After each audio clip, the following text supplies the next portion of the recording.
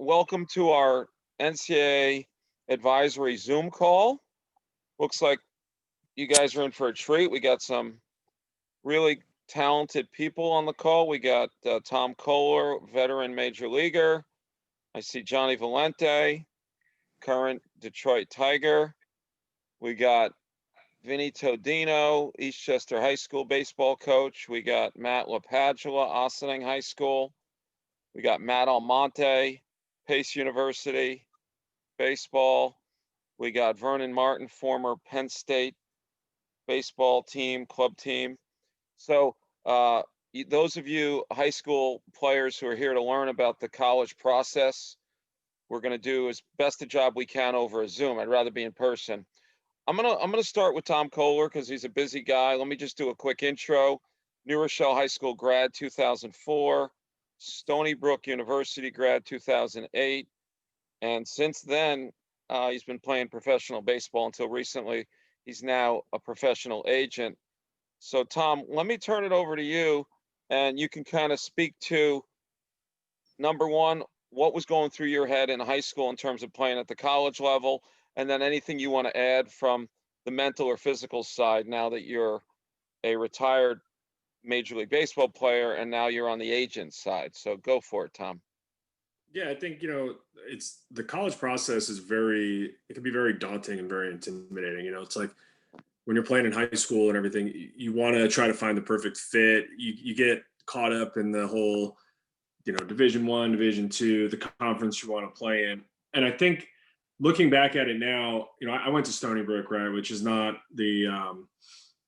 not known to necessarily be a baseball powerhouse. It's more known it's a very good state school, known for its education that way.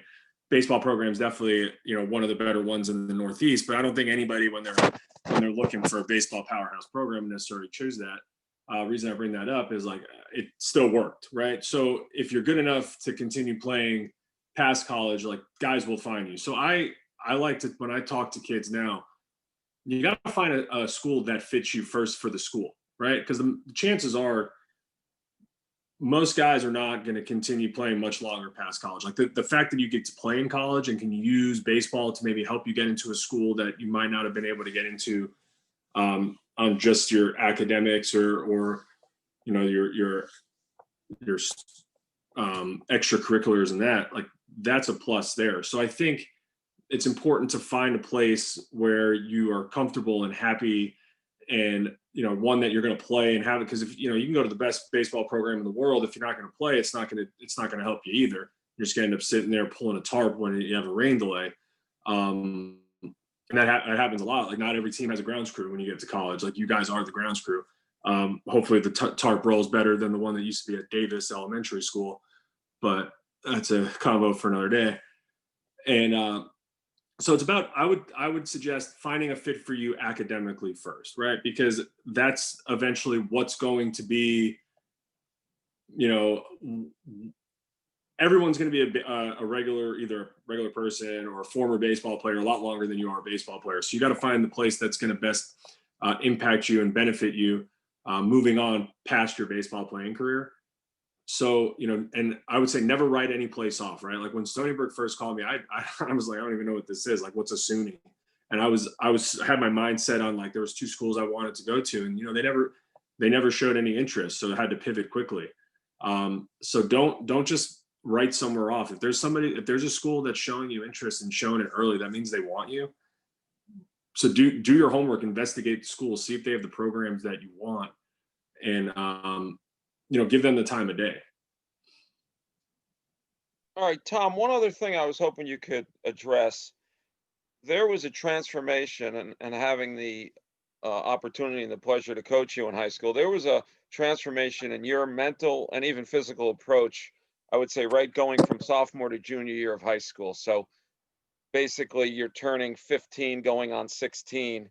There was a definite difference in Tom Kohler when he got to the field and even in the classroom. Can you speak to that a little bit and maybe what these guys as freshmen and sophomores need to be aware of? Well, I think a lot of that too is just, natural growth and maturity. I think when you're 14 or 15 and you're a freshman, there's a lot of stuff going on. You got buddies who are first driving the cars for the first time, trying to pick up chicks, trying to do all this stuff. So your focus starts to change. I think what happened with me is I hit a growth spurt, and I started throwing a little bit harder and realizing that maybe there was a chance for baseball in the future.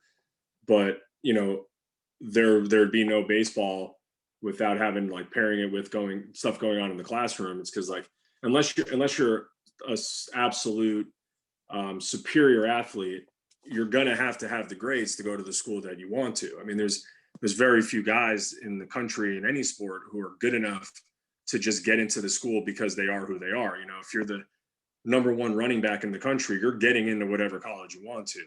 It doesn't really happen with baseball, right? You're not bringing in money for the colleges as much as these other sports are. So you still have to do the work. So the whole student athlete thing, it's a huge thing. You have to be the student first. And, and that's what I was mentioning earlier too, about trying to pair your academics with your baseball. If you're somebody if you're a very bright kid, high SATs, really good grades, and you're striving to go to one of these high academic schools, don't look down on their baseball program just because, Ivy League or one conference might be weaker than another. Looking back on the process, I wish I put more time into looking at schools that maybe were a little bit stronger academics versus just trying to pick schools that what's your major? Baseball. Yeah, I'm glad you mentioned that, Tom, because the academic piece is huge. Just so you're all aware, a typical college baseball team has a 28-man roster, and at the Division I level, they're only allowed 11.7 scholarships. So what does that mean? That means that's less than a half a scholarship a player.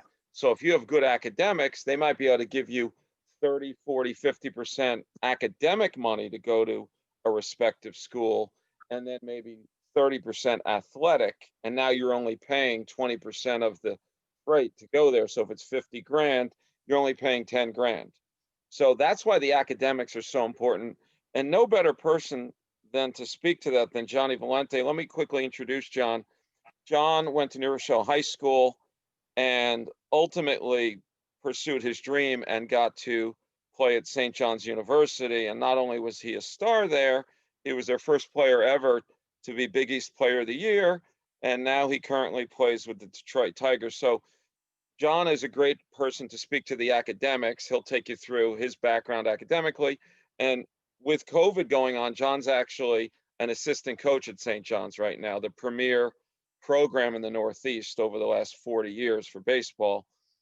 So John, great to have you on the call. Why don't you speak to the academic piece and then some other things about your experience with the recruiting at the college process. Just need you to unmute yourself, John. So John, like Tommy, has never been on a Zoom call before, I presume. So. No, I was on mute for some reason. I don't know why. All right, guys. So the biggest thing for me is, like TK said, you're a student athlete. You got to take care of the books. And, I had a lot of people in my ear telling me to do your schoolwork. And instead of being a sponge like I should have been, retaining the information, at 15, 16 years old, I thought I was hot stuff. I was good on the baseball field. And then when I came at looking at colleges, I really had nothing to show for it. And it wasn't about my athletic ability. It was more about me hitting the books. So my junior and senior year, I'm playing baseball, I'm playing hockey, going back to night school. And it was really a lot. And ultimately, I got lucky with St. John's. So, I got into school by the skin of my teeth. I had to redshirt. I had to get my grades up after my first semester. I had a 3.5 GPA, and St. John's I was lucky enough to fill out a waiver, get approved for next season. But again, the biggest thing was with that, guess what? Now I became a walk-on.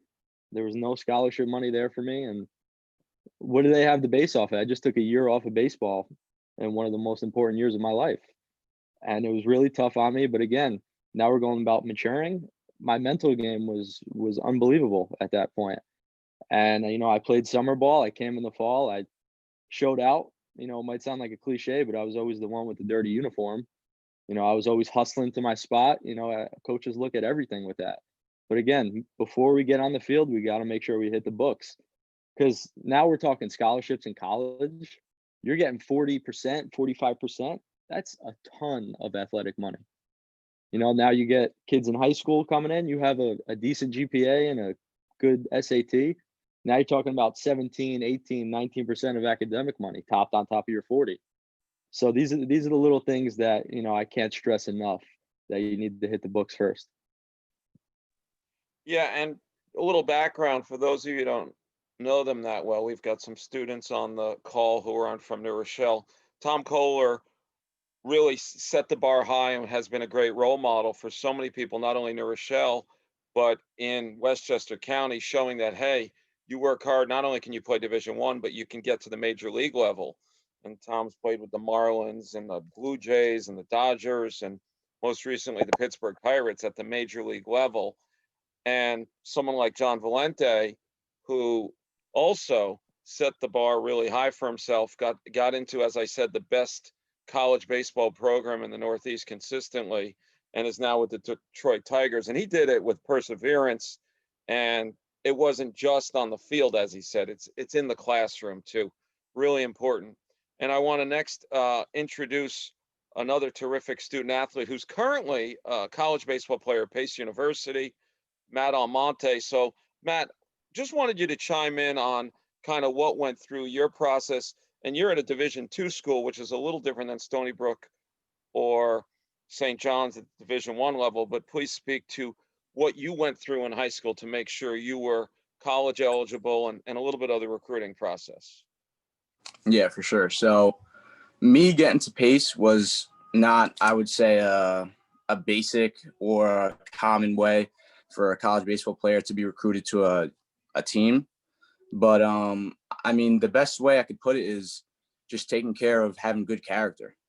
And I think that from a young age, I thank my parents all the time, because everything I learned from a young age was just good character and just being a responsible person and really devoting myself to something that I wanted to do.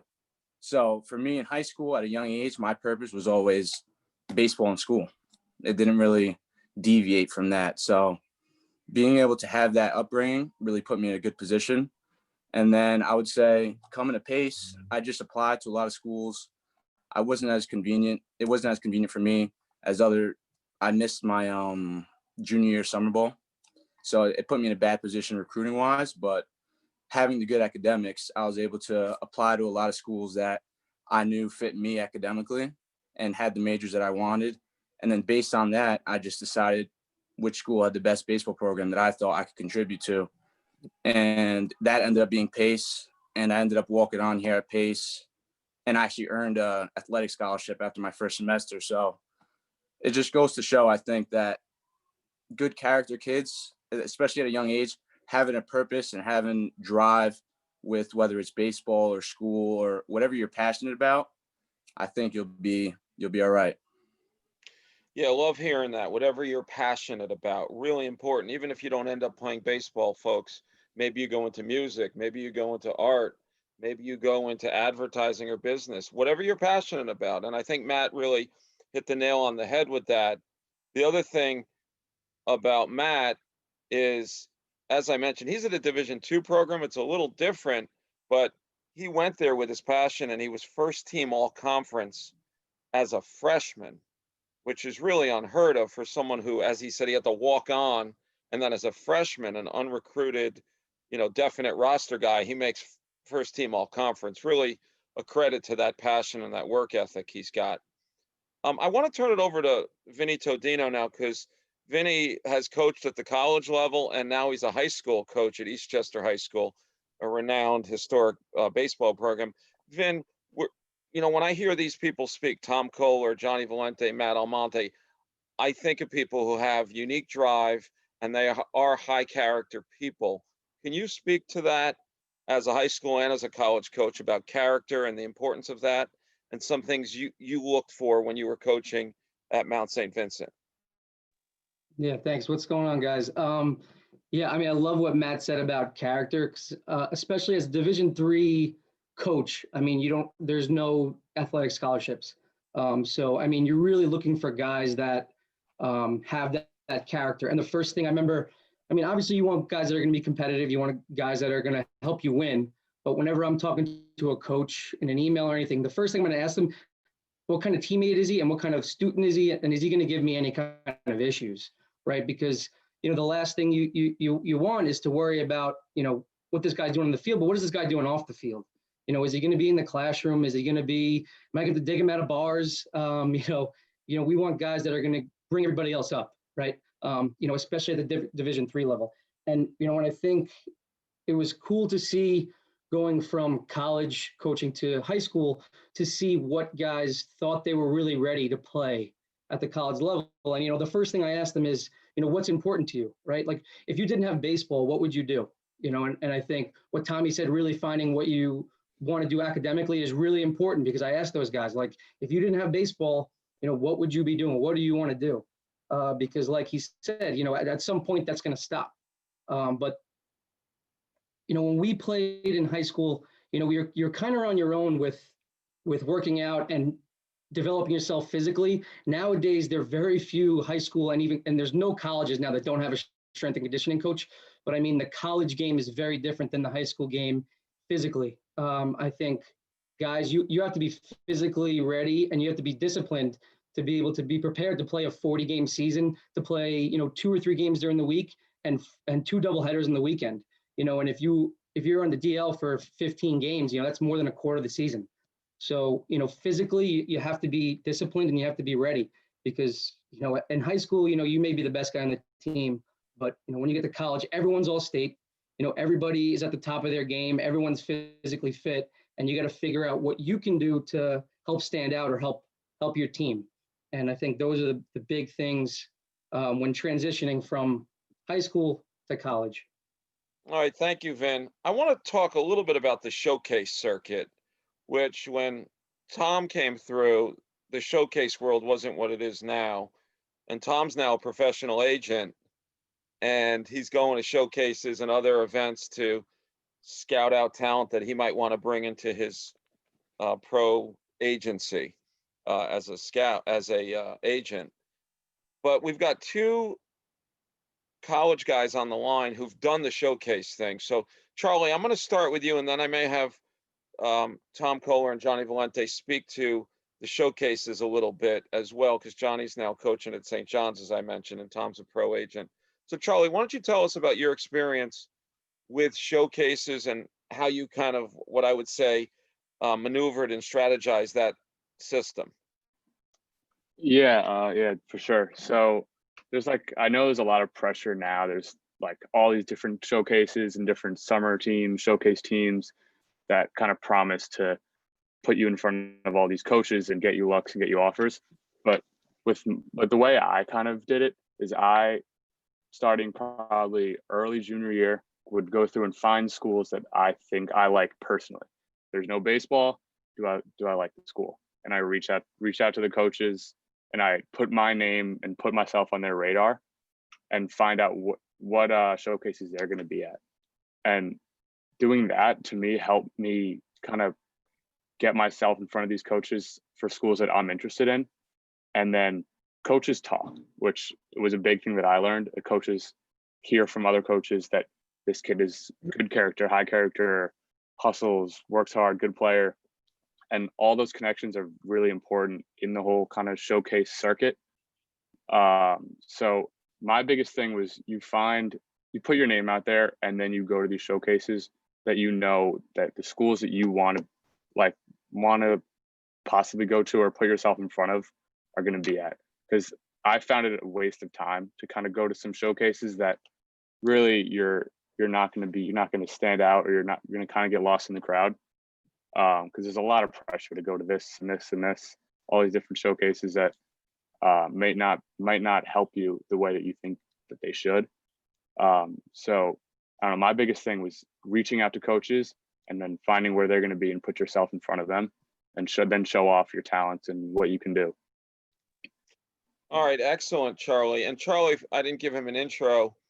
Charlie is a Denison University sophomore who found a great school academically. It's a good business school, which is his major, but also is able to step in and get a lot of innings behind the plate as a catcher, which is his primary position.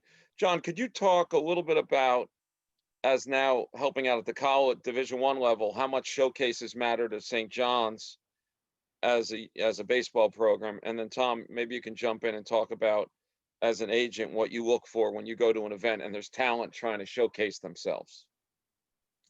Yeah, so unfortunately for me, when I joined on the staff, COVID has Division I in a dead period right now, so they're actually not allowed to go to any games or go to any of those showcases. But again, the biggest thing is, we see effort from you guys. We want to see consistency, and again, get dirty, do the right things, because you never know who's watching. A bigger school could look at you, a smaller school could look at you, but again, it's about finding the right fit. But again, you show up to these showcases, a lot of kids we see get nervous. Nervous comes for me when I'm unprepared. So if you're unprepared, you got to get that nervous out of you. But more importantly, if you play every day, like there's a scout in the stands, when a scout is in the stands, it's going to feel like a normal day to you. So think of it kind of like that. Yeah, great advice. Tom, what do you look for now that you're on the other side of things and you're an agent now? What do you look for in terms of attitude and some of the things John spoke about, but maybe even the talent piece as well? Sorry, trying to find that button. It's different. The thing I look for most is I'm looking for guys who don't play showcase baseball, right? And what I mean by that is we've kind of conditioned our amateur baseball players to throw as hard as they can, try to hit home runs, swing as hard as you can. Don't worry about the next guy. Johnny, I'm pulling up the ladder. I got mine. I'm not playing baseball the right way.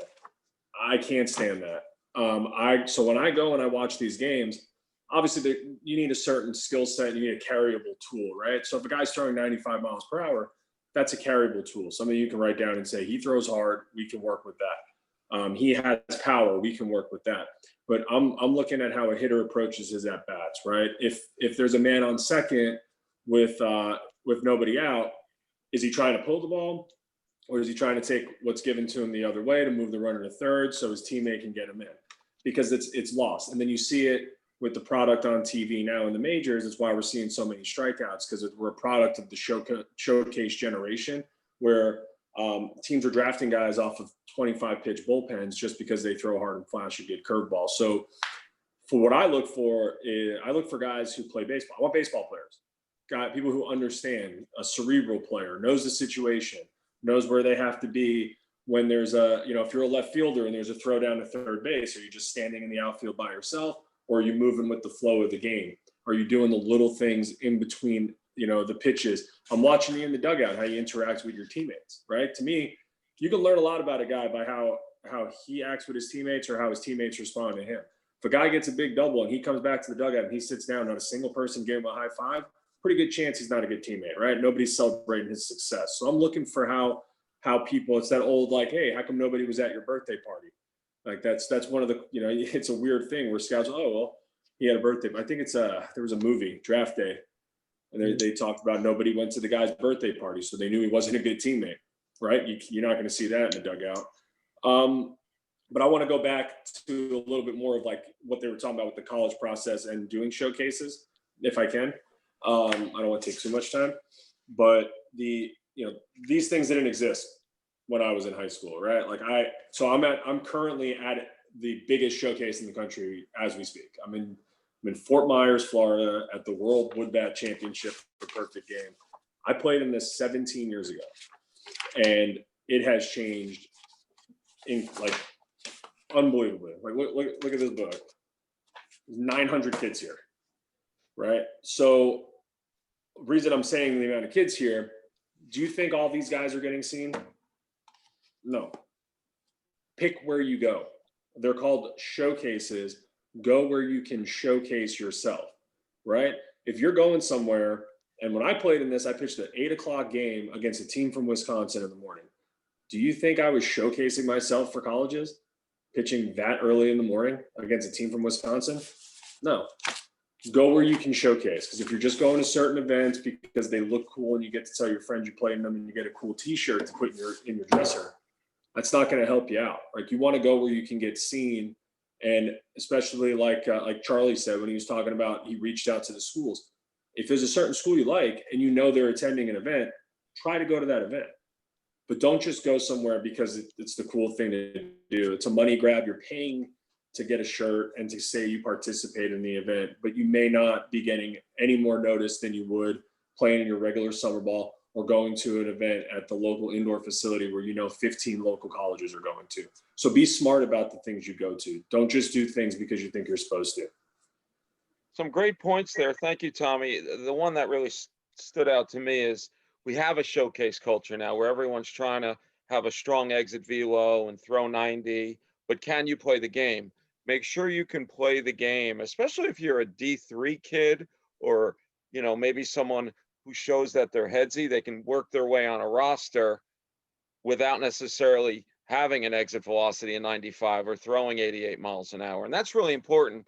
And I know we got some catchers on the line here.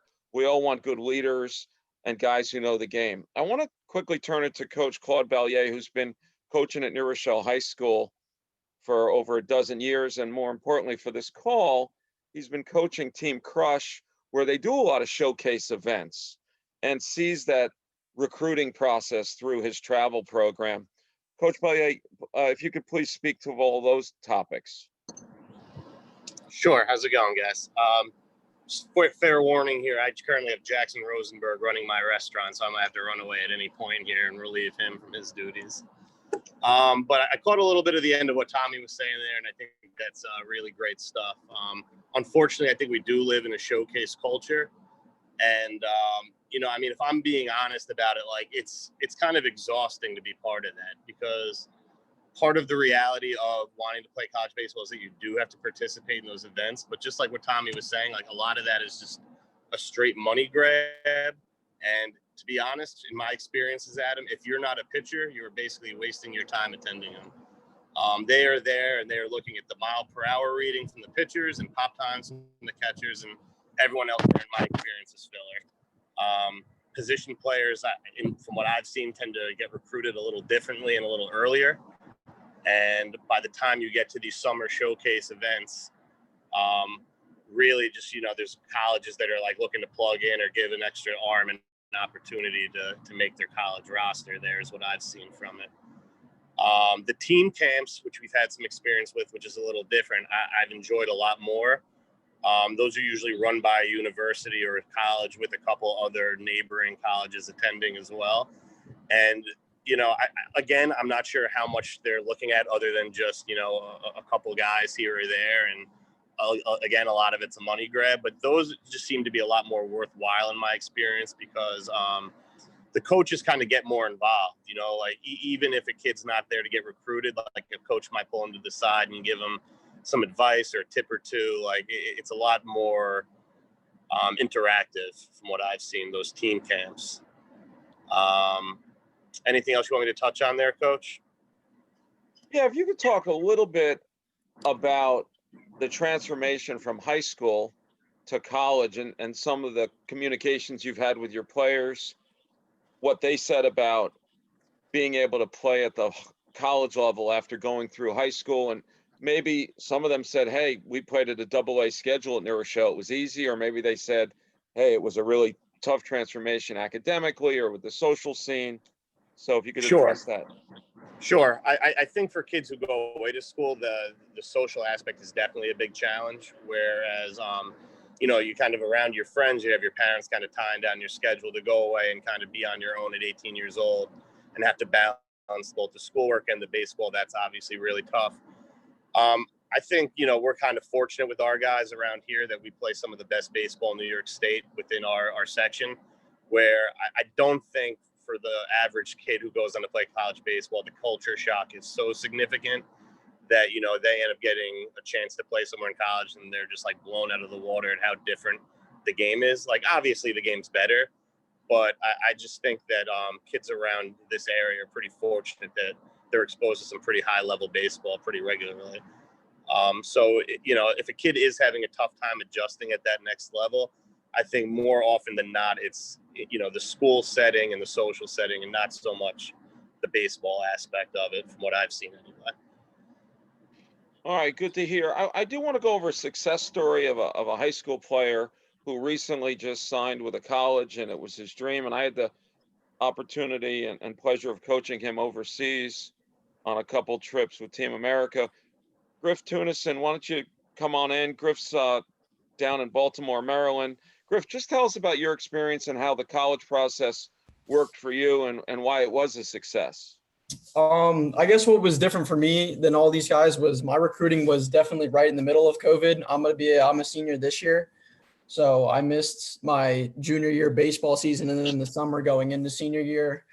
But just how it worked for me is I kind of came in as a freshman, I was just short, didn't really have many things that stood out, I guess you could say.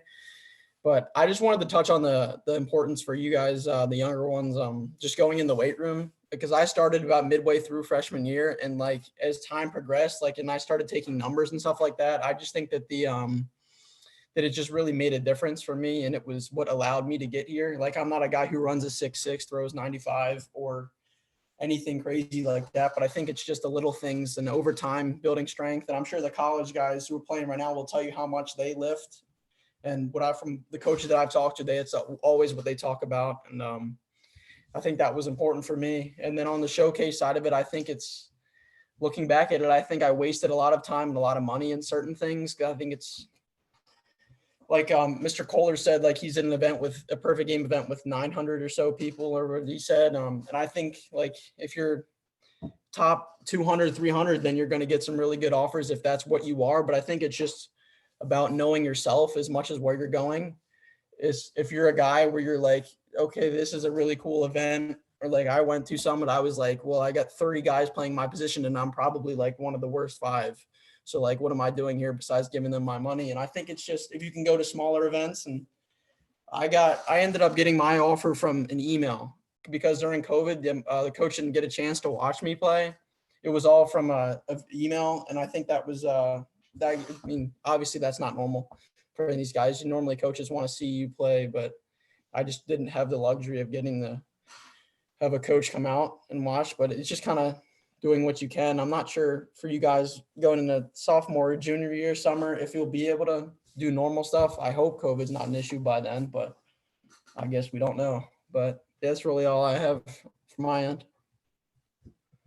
Thanks, Griff. And Tom Kohler was talking earlier about having that baseball IQ and knowing to back up and having savvy on the field. And I can tell you, Griff has that.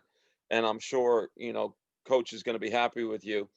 I wanted to point out to a lot of the younger guys on the call, if you're passionate about playing college baseball, there's a college out there for you. Everyone on this call can play college baseball. It may be at a small D3. It may not be at a St. John's or Stony Brook, but you can play college baseball.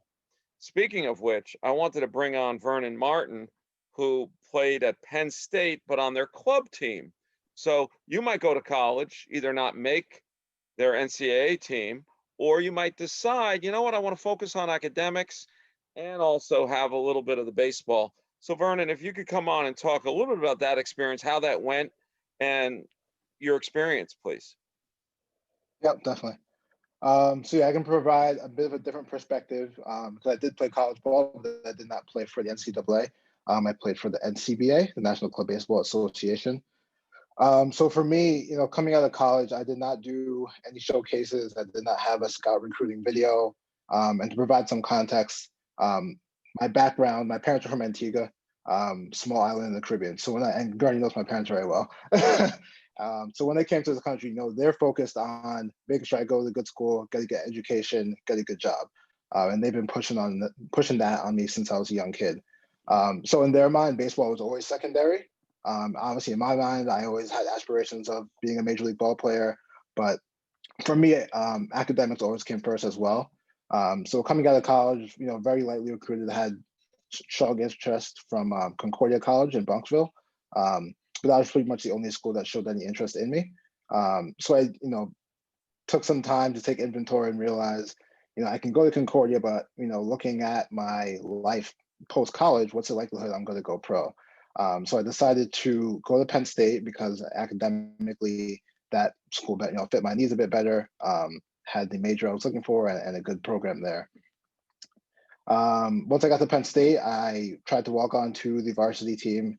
As you know, Penn State is a massive school. You got 40,000 kids. It was a mess. There were just hundreds of kids all over the place fielding fungos, and you're not going to get seen. And lo and behold, I did not, make the team. I actually don't think I ever even heard back. And then shortly after, I actually found out through a friend about the club baseball team. So I ended up trying out there, and I think club baseball, if you're not familiar with it, it may get a bad rap, or it may sound like it's a bunch of kids who've never played baseball before just tossing the ball around. Club baseball is super competitive. I would say most kids on my team had D2 offers. A lot of people that get cut from varsity that were maybe preferred walk-ons or whatever will come down and play for the club team. I think we've had about 5 players from the National Club Baseball Association drafted to the major leagues. So it's a very competitive organization. And it's a great way to stay involved in the game while also, focusing on your education, especially if you're going to one of the larger schools like Michigan or Syracuse, where, maybe walking onto one of those programs is going to be super difficult. All those big schools have club baseball teams that you can try out on and, build your social circle and still be involved in the game. Fantastic, Vernon. And one of the new trends we've seen in the last 10 years coming out of high school, forgetting baseball and sports, is high school kids want to go to these big major state universities, whether it's Alabama or Wisconsin or Penn State or Ohio State. And many kids are not even going to get a sniff of playing a sport there. So club sports is an opportunity, an option. And I would be willing to bet the Penn State team that Vernon was on would beat a lot of D3 programs and maybe some D2s around the country. So nothing to be embarrassed about, especially if you're out of school, you don't make the team, but you're enjoying the academics or the social scene. Nothing wrong and embarrassing about going out for the club team and playing that way. And I've known a bunch of players who've done that over the years. Next up, we've got Daniel Dasgupta on the call, who played and was captain at Skidmore College at D3 for he was on the team for 4 years. He was captain for 2 years. And most recently, he's been working with the Houston Astros in player development. And he's going to talk a little bit about metrics and showcase baseball, but also just things that we should be aware of as players when we're getting evaluated. Yeah, definitely. Thanks, Coach. I just want to say first, TK, I'm sorry about the fish. I think they're a very exciting team. I think next year, there's a lot of opportunity there. But yeah, once they recruit some trash cans, they'll be fine. Yeah, don't worry, I can get them involved. But yeah, I'm no longer with the Astros. I'm actually a grad student now, doing data analytics. So I moved back to New York. But with the Astros, I had a really unique opportunity to kind of explore all 3 scouting markets. So there's the professional market. And then there's the 2 amateur markets, so high school and college players for the Rule 4 draft, which was televised in June, and then the international signing period, where you're looking at 15 and 16-year-olds out of the Dominican Republic, Cuba, Venezuela, those kind of countries. And those 3 markets are pretty different when you look at it.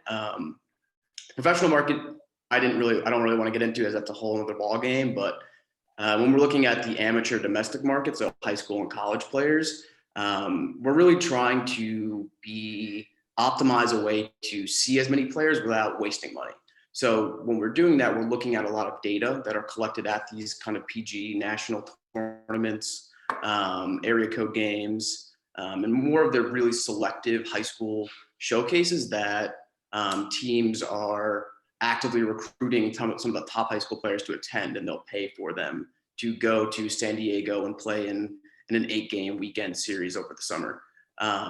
So some of those metrics that we're trying to look for are anything that you'll see on TV. So from exit velocity to spin rate on a pitcher. And from there, we can then, narrow a sample size. Like, as I think Griffin said, like at some of these PG national tournaments, there's 800 kids.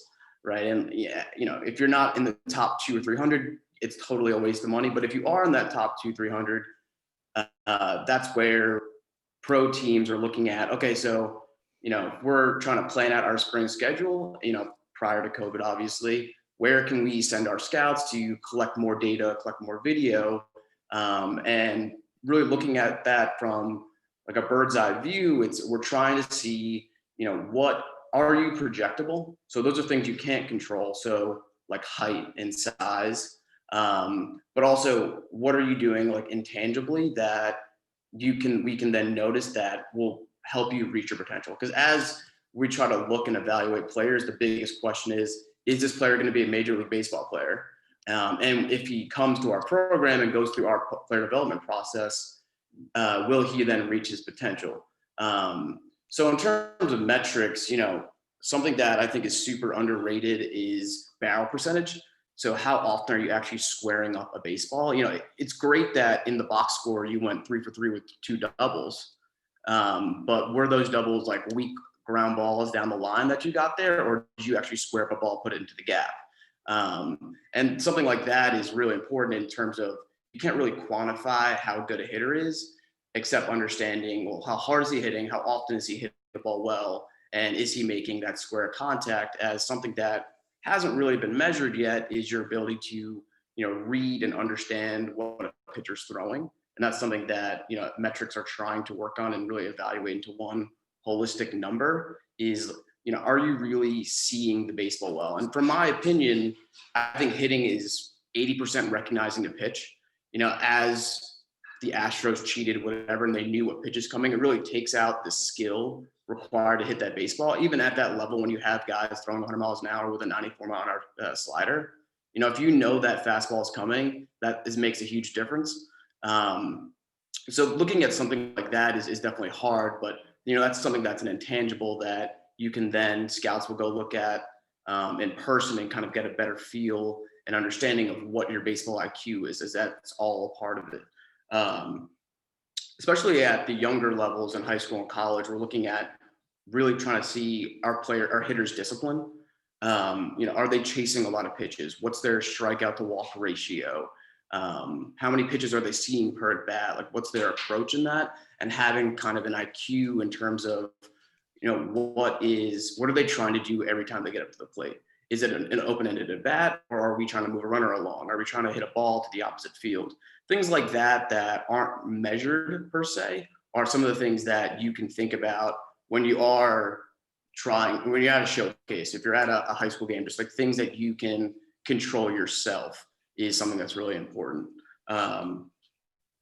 So, all this data has been collected through like multiple devices out there. I'm sure everyone's heard of TrackMan, Rapsodo, and Blast Motion.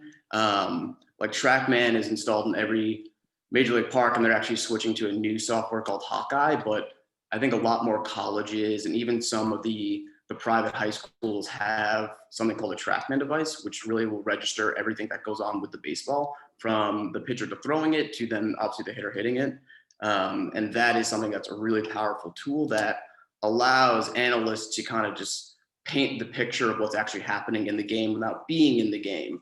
And so some of the things that a TrackMan or Rapsodo device will spit out for a pitcher is, sure, you have spin rate of looking at that curveball versus fastball spin rate, velocity, perceived velocity, and something like spin efficiency that I know Jojo Gray, who's on this call, has been something that he's been working on, and that's something you can improve on. And those are just some of the minor things that you'll start seeing. And what you can do with this data is, if you understand, right now I'm 18, I'm going into my freshman year of college, I'm throwing 84 miles an hour. Sure, I can go in the weight room. Sure, I can get stronger. I can improve my mechanics. But how do we then really see results based off data? And so, like, you can go through some of this easy, understandable data to see, where I can improve. And that could be something as simple as a grip. You could be looking at grips, and that's something with the Astros, for example, like Garrett Cole.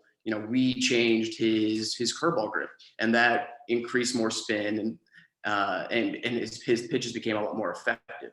So looking at little things that really can paint a bigger picture, and you can have more of an understanding of what's going on with yourself, can really explain what's going on and help you improve. All right, thank you, Dan. So we've talked about showcases, we've talked about straight up talent and games and metrics. I want to talk a little about practice. I think practice gets overlooked because everyone kind of goes to the showcase event or they go to the big sectional semifinal game and they see, you know, Tom Kohler throw a 2-hitter against Carmel High School. But I want to talk about practice. Matt LaPadula, you're a high school coach and you were someone in high school who took practice really seriously as a player, as I had the opportunity to coach you for 3 years.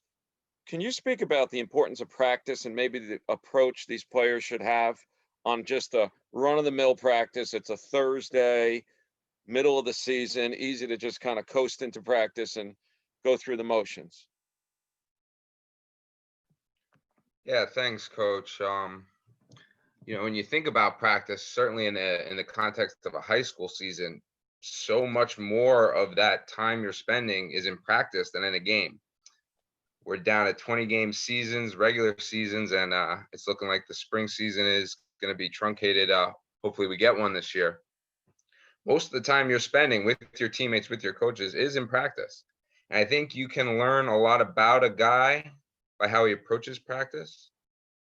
You know, the old saying, it was actually Coach Todino's old coach at Eastchester used to say, "Show me how a guy plays and I'll tell you how he lives his life." And if you're coming to practice every day, looking to get better, looking to be a good teammate, walking out of there with a dirty uniform, that tells me a lot about your character, especially when you're doing it on a Thursday or on a rainy day in the gym, when, you know what, it gets boring.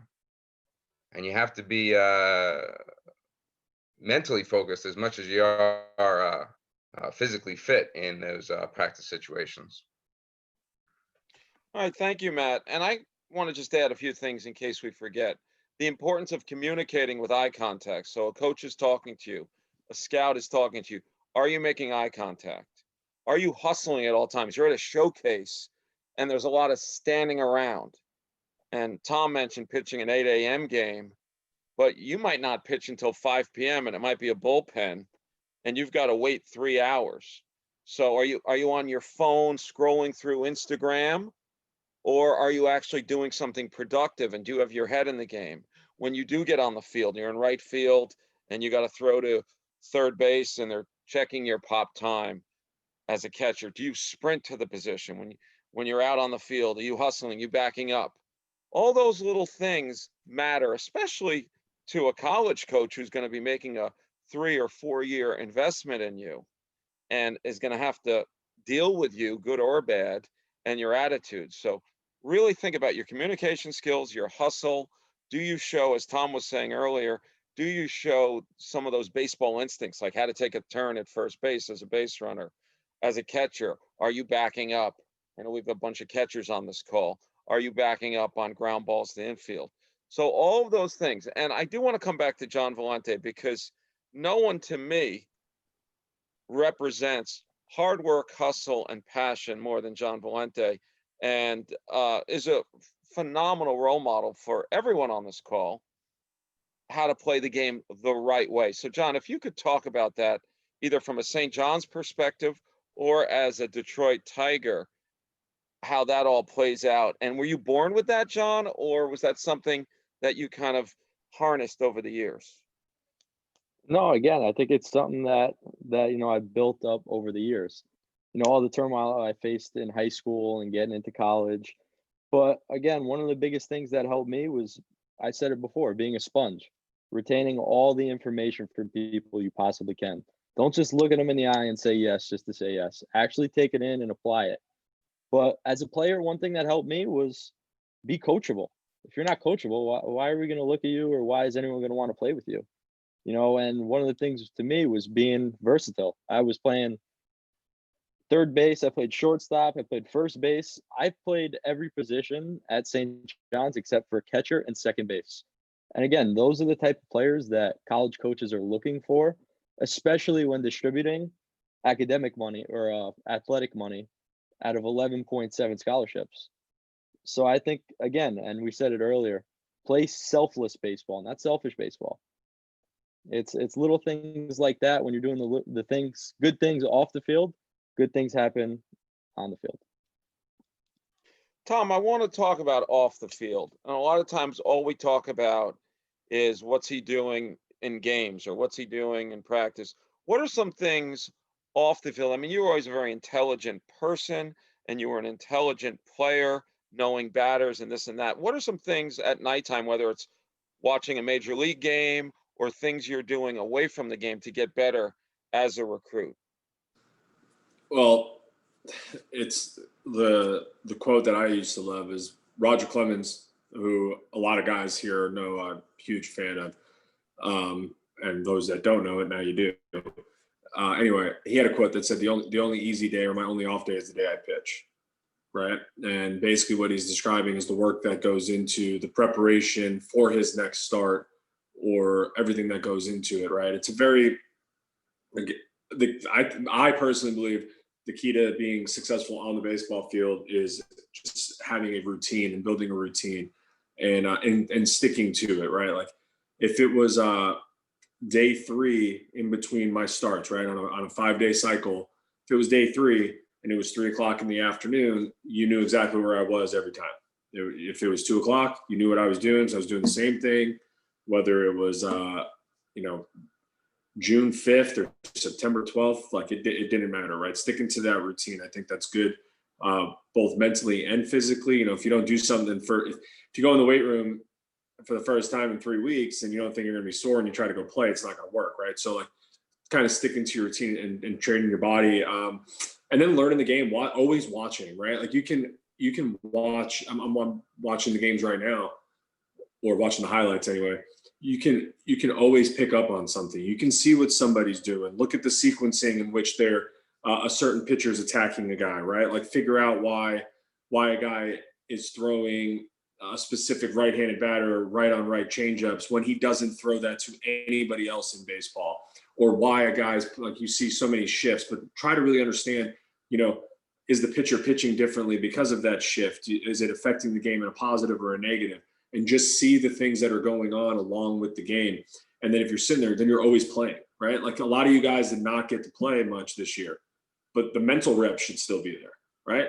You should still be able to, you know, when I was hurt, I watched more video on hitters when I was rehabbing than I did when I was playing, because I did not want to I wanted, as soon as I was physically ready to go, I wanted to be able to get back on that mound and attack hitters in the same way and not feel like I had to play catch up with all these guys because I hadn't done it for a while.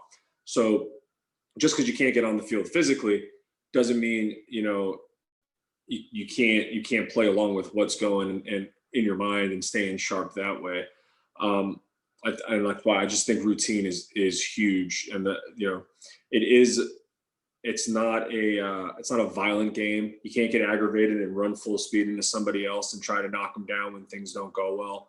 And I think Johnny mentioned it earlier. It's like when you see guys try to do too much in situations, it has to do with like how prepared you are. And it is true, because this game, you know, you'll see it. I'm sure you guys have seen it from all the way from Little League. Well, now you get to middle school, the game starts getting a little faster. You get to high school, all of a sudden you're a pitcher or you're a catcher. That guy's on third base. Now you're really starting to think about blocking that ball as a catcher. Well, guess what? You get to college, all of a sudden that breaking ball is a little better than the guy you've seen. Now you're thinking about it more. But if you know you put the work in every single day, when you get to the field, you just play. You don't got to worry about anything, right? I never felt when I had to start, even if it was a bad game, give up 6 runs, it wasn't because I wasn't prepared. It was just because I didn't execute. And I could always go home that night and say, well, I was ready. I did everything I could in between the games to prepare myself to pitch this game. I just didn't physically execute. And I'd rather physically get beat than have great stuff out there, but not be mentally prepared and lose the game with mental mistakes. So many great nuggets there, folks. As I mentioned before, I am recording this. I'm going to put it out there for you to see, because all of the little things that people are saying, it's hard to retain it all in one shot. Now we're coming down to the last 3 minutes, last few minutes here. I did want to share some things on my end as a college coach, and that you should be aware of as high school kids aspiring to play college baseball. Number one, you have to figure out your budget on these showcases. Am I going to spend $3,000 and make a college video, or am I going to spend, $5,000 or only $800? Two, know where in the country you want to go, geography speaking. Three, know your academic profile and know what that school has as a major.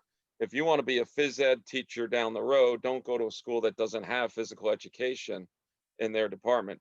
I also think you got to know the size of school. Vernon Martin talked about Penn State, 40,000 kids. If you want to go to one of those big schools, okay. Or you think you could be happy in a school with 3,500 kids, wonderful. So you got to figure out the vibe there. And then last of all, finances. Your family has to figure out a school that financially is going to fit your situation. Now I'm going to quickly, in about 30 seconds, show you a couple things that are important in terms of web resources. Number one, you've got the NCAA website where you have the clearinghouse and you should be registering. And there's all this information. There's so much more than just playing D1. There's D1, there's D2, there's D3, there's NAIA, there's junior colleges. So there's a lot out there that you probably don't hear about. All you probably hear about is Division I, and you're watching the NCAA tournament in basketball, and you think of Duke, and you think of North Carolina, and there's a lot of other schools out there. This website, Keep Playing Baseball, is phenomenal, and they have videos and loads of resources about the recruiting process. So let's write that one down. You high school guys out there, keepplayingbaseball.org, and they've got phenomenal pieces of information. I've done some stuff with them in terms of article writing, but look at this. Learn about college baseball, learn about the recruiting process, create a personal recruiting plan. So there's all these wonderful resources at this website. And one of their big things is, am I good enough? And as I said earlier, the one takeaway I want you to have is if you want to play college baseball, you can play. You just got to find the right program and environment for yourself. I do want to kind of wrap things up here. I want to thank everyone for taking the time to come on the call. Tom Kohler is very busy as an agent. He's got a family and 2 kids.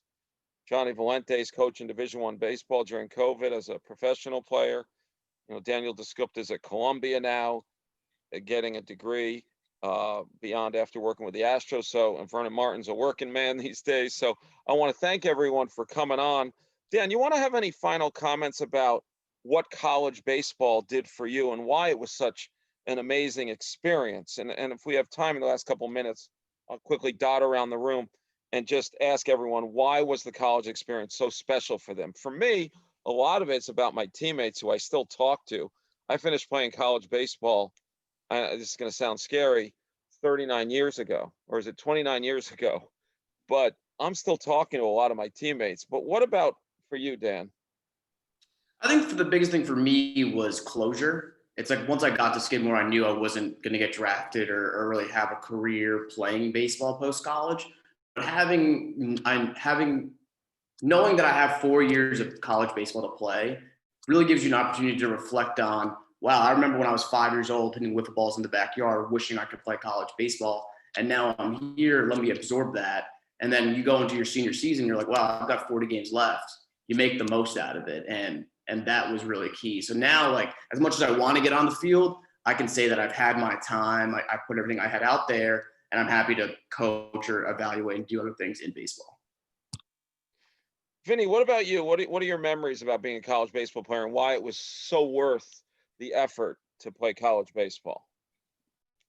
Yeah, I went to a small Division III school in the Bronx, and I knew exactly what I wanted. I wanted a small school. I wanted a place where I can play and create memories, like you, Coach. It's the memories with my teammates that I remember the most. Just not always on the field, but just in the dorm rooms, in the locker rooms, creating memories. And I had 2 guys in my wedding party that I didn't meet. I didn't meet these guys until I was 21 years old. And these guys are lifelong friends. So I think creating memories is the biggest thing. You have to find out what's important to you. And what was important to me was not 100% baseball, and I knew that. But I wanted to create memories, and that was the best part, for sure. Thanks, Coach. Vernon, Penn State, what about you? What was your lasting memory and why college baseball was so special? Yeah, I'll echo what Vinny said. For me, it was about the teammates and the memories.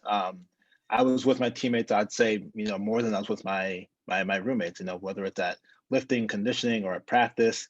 You're with your guys all the time. If you're going out to the bar, whatever the case may be, these are lifelong friends that you're making.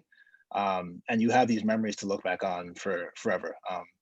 So very similar to Vinny, I've also got some weddings coming up with some, college buddies. So, these are not people that, you're just gonna play ball with for a couple years and then never talk to again. These are lifelong friends and relationships that you're gonna continue to mold and build over the years. Right. So aside from you high school guys on the call, if you're in college right now playing baseball, and we've had a few of you speak, really soak it up. Matt Almonte, Griffin, Charlie Glennon, soak up this experience because it goes quick and it's really, really special. Johnny, what are your special remembrances of college baseball, even though you're back at St. John's now, but what are your special memories and why was it so great to be a college baseball player? Again, it was the camaraderie on and off the field. Like these guys said, I've met some of my best friends through baseball at St. John's. Not only that, the reason why I went back and I'm volunteering my time is because everyone at St. John's made it feel like a big family. And that was one of the most important things. And that's why, especially my fifth year, I could have transferred out and went somewhere. I wanted to stay where I was because that was home for me. Phenomenal. Tom, I'm going to give you the final words on this call. You're kind of our veteran, if you will, even though I'm a little older than you. You're our veteran on the call in terms of Division I baseball, pro baseball, and now you're an agent. What are your memories of college baseball so special, and why should these high school kids want to play college baseball? Well, first off, college baseball is extremely eye-opening for me. I went into it thinking I was really, really good and it was going to be very, very easy, and it wasn't. My numbers in the major leagues are better than they ever were any season in college. I can't explain it. So it's just kind of like when you think you're good, there's always somebody better, and everybody that's going to that school is pretty darn good too. But from a completely different social aspect, college to me was best thing that ever happened. I met my wife my freshman year of college. We started dating junior year, got 2 kids, lifelong friends like everybody's talked about. I mean, I'm in a fantasy football league with 12 guys that I played in college with. These are guys that you spend more time with than anybody else. I mean, I've had some really good teammates from professional baseball, but I don't think the bond is even close to that of those who I played in college with. You legit grow up together. I mean, you meet when you're 18, you leave at 22, and you experience, a whole lot of different things in between. So for those of you guys who are currently playing or in school and college, enjoy it because it does go quick. Don't be afraid to let your buddy next to you know, like, hey man, I appreciate you and stuff like that, because it all goes fast. Those of you who are playing high school baseball now, enjoy it. Like every time you guys step on, regardless of what level you're playing at, the one thing I really want you to do is enjoy what you're doing, because it does end, right? Like I wasn't ready to retire. I was forced to retire. My shoulder stopped working. I no longer could play.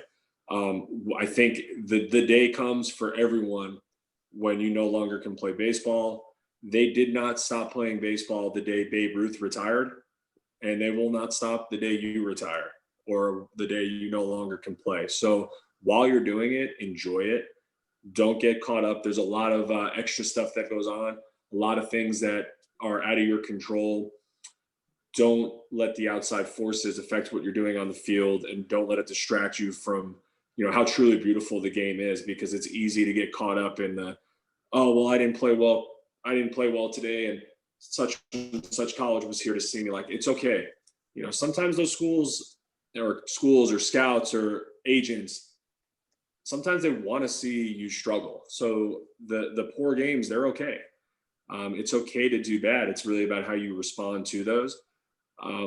But just finishing off, like, like live where your feet are, be where your feet are, and enjoy every moment you're in. Like, don't look too far ahead down the road onto I can't wait to get to college, or I can't wait to get to pro ball, or I can't wait to start working here. Like, enjoy the moment you're in, because like you're not getting it back. And like I would give anything to be able to get on that mound again. And I can't do it. I mean, I can stand up there and try, but it ain't gonna be pretty. So like, while you can do it and while you can play and you're lacing up those spikes, enjoy it. And for some of you, you get to go work at Rising Star when you're done playing.